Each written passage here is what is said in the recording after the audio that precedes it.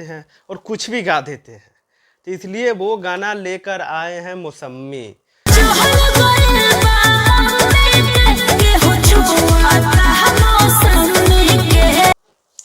ये भी नो तो आज आया है खेसारी भैया के गाना जो हम सुने, इतना मज़ा नहीं आया, बट जो भी है अच्छा है। खेसारी भैया के गाना आया मौसमी, जो पिछले साल गाना आया था वो था आम लेला आम लेला। अरे आम लेला आम लेला, अबे चतानी सारे आम लेला। इससे पहले वो गाना गाए लीची लेला। माने खेसारी भैया कुछ ना कुछ गाने गाते रहते हैं और कुछ भी गा देते हैं, तो इसलिए वो गाना लेकर आए हैं मौसमी।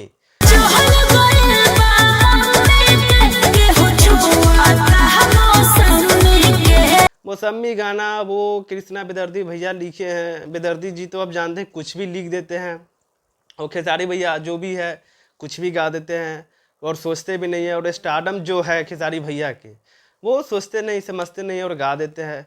और ये विनोद हम बताए क्या बताए, गाना तो अब खेसारी भैया के आया है तो सोचे चलिए एक वीडियो तो बनाना पड़ेगा ही। क्या बोला तूने?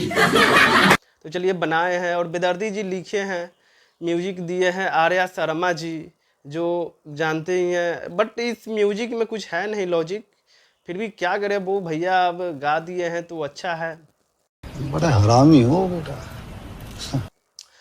तो सोचे नहीं, और बहुत दिनों से सोच रहे थे कि थोड़ा सा तनी काजल जी के रिप्लाई दिया जाए, क्योंकि डिफेंडर तो ऑटो तो भैंसचरवा तो क्या क्या, तो नहीं, काजल जी के भैया बढ़िया तरह से लेंगे हम या लपटेंगे। वो आज लपटा जाए कल लपटा जाए, अब काजल जी पे सोचे नहीं वीडियो बनाया जाए। क्या बोला तूने?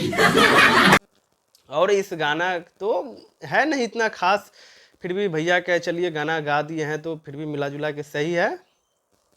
इसमें साथ में है खेसारी भैया के तो है ही आवाज़, और साथ में है करिश्मा कक्कर जी है, जो आप सुन रहे हैं तो समझ में आ रहा है। और वीडियोग्राफी में और साथ में एक्ट्रेस है महिमा